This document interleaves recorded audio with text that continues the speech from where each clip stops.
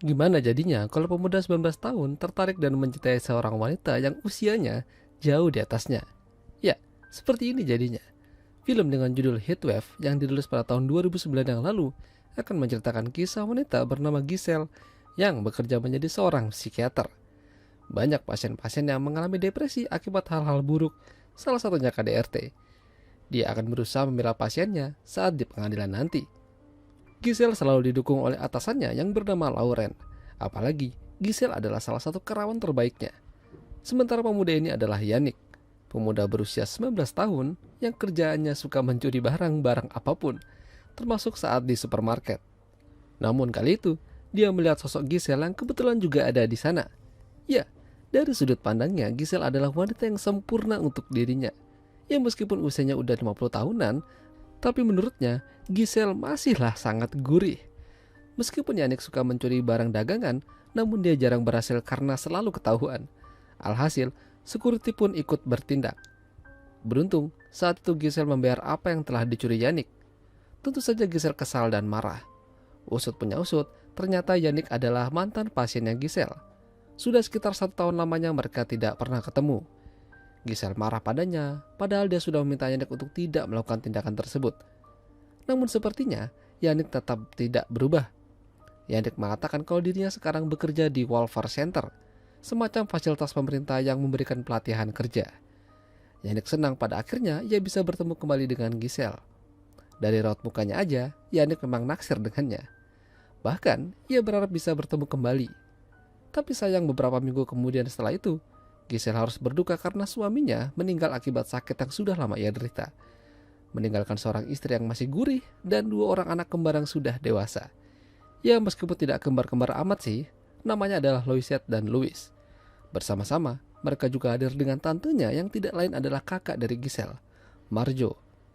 Banyak rekan kerja dan teman-teman yang hadir di sana.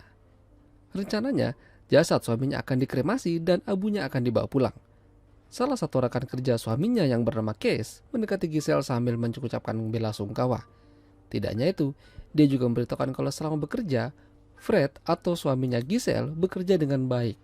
Dia juga menyimpan sebuah kotak di lemari kantornya. Casey berharap Giselle bisa datang untuk mengambil kotak milik suaminya tersebut. Namun di sela-sela pembicaraan mereka, Giselle mendengar suara klakson dari arah mobilnya dan ternyata itu adalah Yannick. Yannick sengaja datang ke sana hanya ingin memberikan dompet Giselle yang tertinggal di kantornya. Lantas, bagaimana ia bisa mendapatkan itu? Giselle lantas kesal dan marah-marah. Mungkin itu bagian dari kesedihan karena ditinggal mati oleh suaminya. Tapi setelah cukup melampiaskan, Yannick lantas memeluk Giselle dan mengajaknya masuk ke dalam mobil. Giselle sedih bukan karena kematian suaminya, tapi pesan terakhir suaminya saat akan meninggal. Jadi, suaminya berkata jujur kalau selama ini ia ada main dengan wanita lain. Dengan kata lain, dia berselingkuh. Hal tersebut udah terjadi lama, namun Giselle baru tahu. Sungguh menyakitkan. Giselle yang terus-terusan bersedih lantas langsung disosor oleh Yannick hingga Giselle tak bisa berkata apa-apa. Antara senang, nikmat, dan merasa bersalah. Keesokan harinya Giselle mendatangi bank tempat di mana suaminya dulu bekerja. Di sana ia diantar oleh Casey untuk diperlihatkan kotak yang disimpan mendiang suaminya. Di dalam kotak itu banyak berisi kertas dengan tulisan-tulisan romantis dari sang pelakor. Intinya, si pelakor tidak bisa melepaskan Fred. Ia sudah terlanjur mencintainya. Semenjak suaminya Giselle tiada, Yannick jadi semakin berani untuk mendekati Giselle. Tapi, dia harus main cantik supaya mendapatkan celahnya. Giselle juga tidak ingin lama-lama memendam kesedihan di dalam rumahnya. Jadi apapun yang berhubungan dengan suaminya akan dia lepaskan atau dibuang. Bahkan piala dan senjata untuk berburu milik suaminya juga ia berikan pada Marjo dan memintanya untuk dibawa pulang aja. Meskipun banyak wanita yang masih muda di luar sana, namun Yannick tetap memilih Giselle sebagai cintanya. Dia tetap akan terus memberikan senyuman padanya juga. Sampai suatu hari, Yannick memutuskan untuk berpenampilan menarik lalu ingin mendatangi Giselle di rumahnya membawa sebuah bunga yang besar.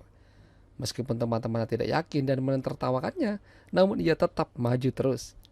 Bahkan saking penasarannya, teman-temannya pun mengikuti Yannick kemana ia pergi. Begitu sudah sampai di depan rumah Giselle, Yannick masih terus menunggu kedatangannya. Sementara itu, Giselle masih bersama Lauren makan di salah satu restoran mahal. Intinya, Lauren ingin mengatakan kalau dirinya menyukai Giselle.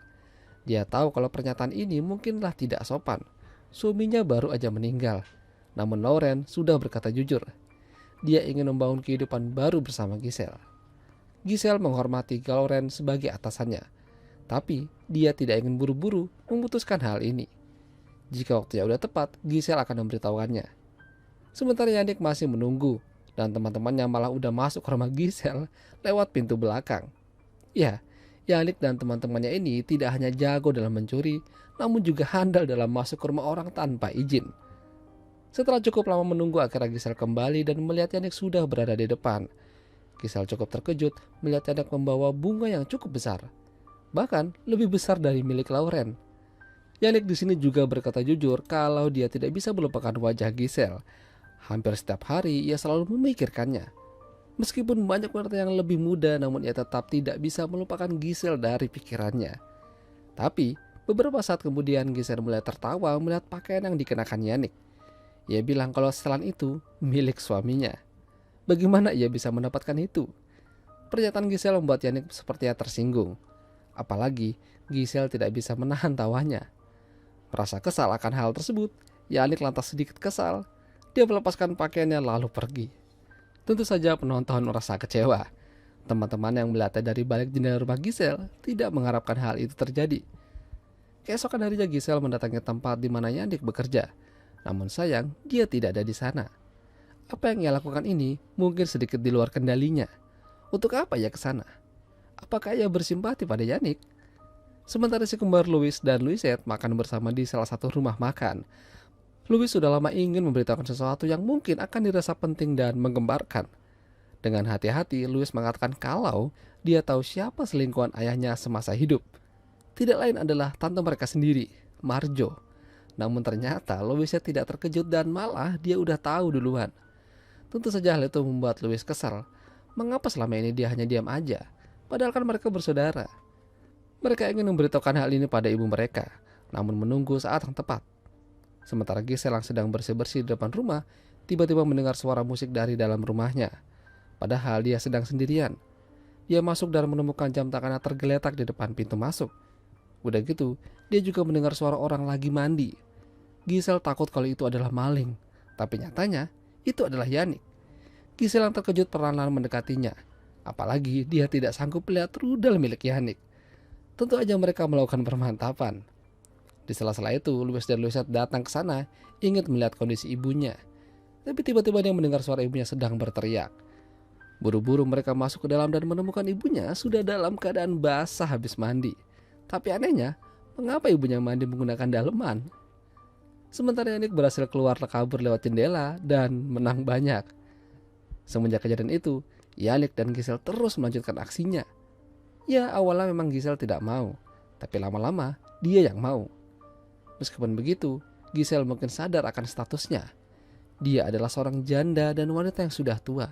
Sementara Yannick adalah pemuda yang masih fresh dan masih belasan tahun. Meskipun sebentar lagi dia akan menginjak 20 tahun, tapi Giselle takut akan cemoohan orang-orang. Seorang wanita tua pacaran sama berondong. Hal itu yang masih belum bisa ia terima. Sampai suatu hari, Giselle mengajak Yannick ke salah satu kotesnya di pinggir danau.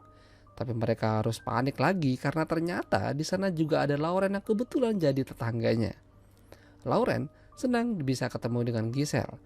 Mungkin Lauren merasa kalau sore itu adalah waktu yang tepat untuk mengajak Giselle wik-wik. Dia masuk ke dalam kotesnya ambil Giselle sambil memastikan tidak ada orang lain di sana. Tapi nyatanya Yannick muncul. Tentu saja Lauren terkejut.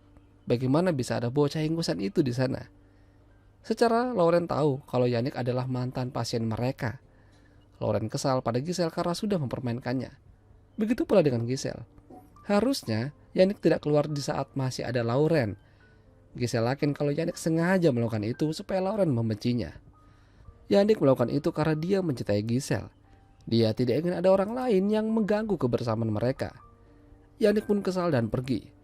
Dan kini ada dua orang yang cintanya masih digantung oleh seorang wanita, si tua dan si muda. Yannick bahkan seperti tidak bersemangat. Dipanggil teman-temannya untuk nongkrong juga nggak mau. Akibat kejadian kemarin, Giselle mungkin tidak akan diperpanjang lagi kontraknya. Lauren tidak ingin Giselle mendekati pemuda yang riwayatnya suka mencuri dan berandalan. Terlebih lagi, seorang psikiater tidak diperbolehkan menjalin hubungan dengan pasiennya. Udah gitu, beberapa hari kemudian Giselle mendapat telepon dari kepolisian kalau Yannick kedapatan mencuri gitar.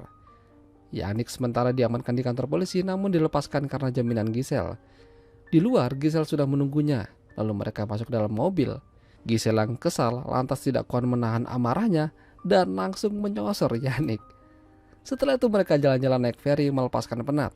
Sampai di rumah, Giselle sudah ditunggu Louisette sambil menanyakan dari mana ibunya. Louisette sepertinya tahu kalau ibunya habis jalan-jalan sama seorang, yang jelas anak muda. Giselle lantas tertunduk malu. Louisette hanya ingin memastikan kalau ibunya tidak salah langkah. Dia tidak ingin ada orang lain yang menyakiti ibunya. 1 minggu kemudian, Louisette dan Marjo datang ke cottage Giselle. Sudah lama mereka tidak kumpul bersama. Namun di sela-sela itu, Yannick muncul dari belakang seperti habis berenang di danau. Mereka semua terkejut, kecuali Louisette. Bahkan Yannick dengan pedenya masuk ke kamar Giselle memakai baju mendiang suaminya. Giselle yang hampir tidak bisa berkata apa-apa lantas mengajak Yannick keluar dan marah-marah dengannya. Kenapa Yannick bertingkah seperti anak kecil? Padahal di sana ada anak-anak dan kakaknya. Di sela-sela perdebatan mereka, ternyata Lauren mengintip sambil senyum-senyum. Sepertinya dia senang karena Giselle dan Yannick bertengkar. Yannick menyadari akan hal itu dan ingin membuat perhitungan padanya. Sementara itu Giselle diajak Marjo ke tengah danau untuk menaburkan abu milik suaminya Giselle. Ya, di sini Marjo ingin menjelaskan semuanya. Dan tentu saja begitu Giselle tahu, dia marah dan kesal. Bagaimana bisa kakaknya sendiri menjadi pelakor di rumah tangganya? Parahnya lagi, Lauren dan anak-anak mereka sudah tahu hal ini. Giselle minta Marjo untuk turun dari perahu. Lauren yang asik memantau mereka baru sadar kalau mobilnya dikerja oleh Yannick. Beruntung Giselle mendengar pertikaian mereka dan meminta kunci mobilnya Lauren. Lalu dia mengajak Yannick pergi dari sana. Ya, Giselle kali ini bisa lebih tenang dan bebas. Meskipun kenyataan yang ia dapatkan pahit, namun dia sudah lega. Dan siap meneruskan hubungannya dengan Yannick. Itulah tadi alur cerita film Heatwave. Jika kalian suka video ini, jangan lupa untuk tinggalkan like, dan sampai jumpa.